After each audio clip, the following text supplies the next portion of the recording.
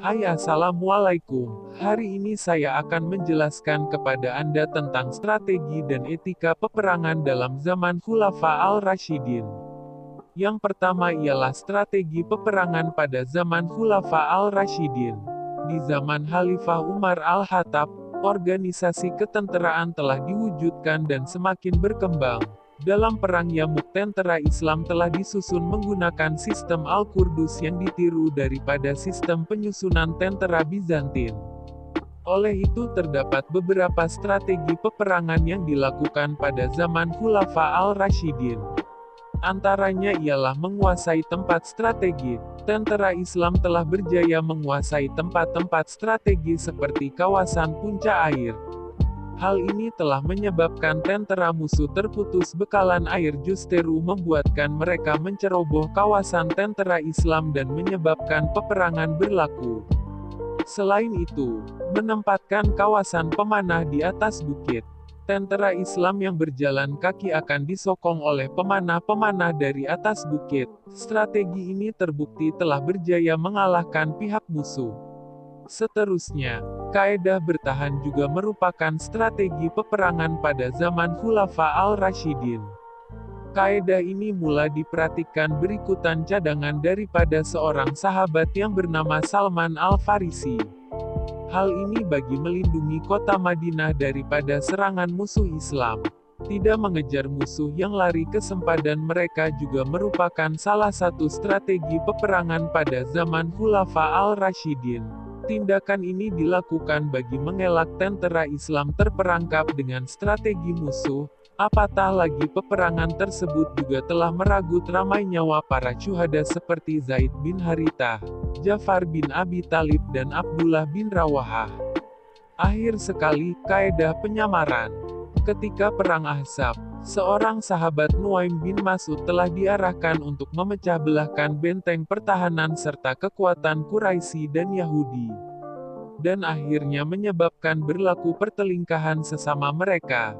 Kesimpulannya, strategi peperangan yang diamalkan tentara Islam pada zaman Khulafa al-Rasyidin bukan sahaja menggambarkan mereka mempunyai disiplin yang tinggi, malah ia merupakan strategi dakwah secara halus yang dijalankan oleh para tentara Islam di medan perang.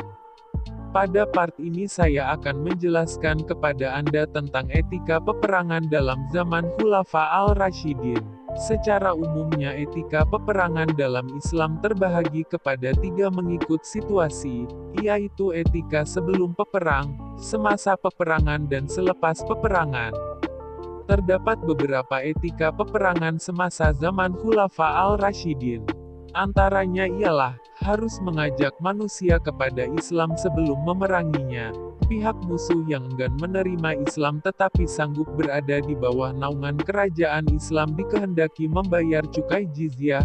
Ia sebagai simbol balasan kerajaan Islam melindungi harta dan nyawa mereka.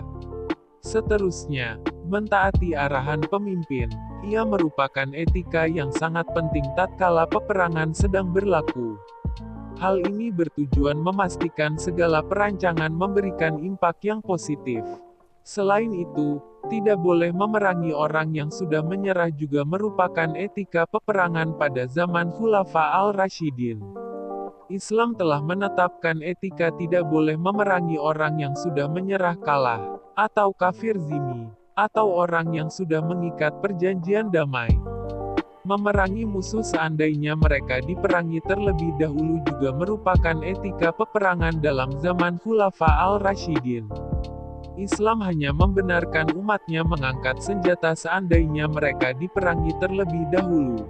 Hal ini dapat dilihat ketika Perang Badar. Tentara Islam hanya menunggu tentara musuh menceroboh, barulah peperangan besar-besaran berlaku.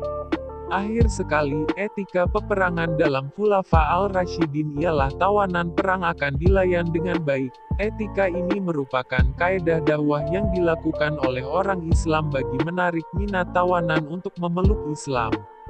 Secara kesimpulannya, strategi dan etika yang digunakan oleh tentara Islam adalah berkonsepkan wahyu yang diturunkan kepada Nabi Muhammad. Kemudian kaedah ini telah digunakan oleh pemerintah Khulafa al-Rasyidin terutamanya oleh Khalifah Umar al-Khattab. Sekian sahaja daripada saya. Semoga video ini memberi sedikit sebanyak manfaat kepada Anda dalam kehidupan harian. Arigatou gozaimasu.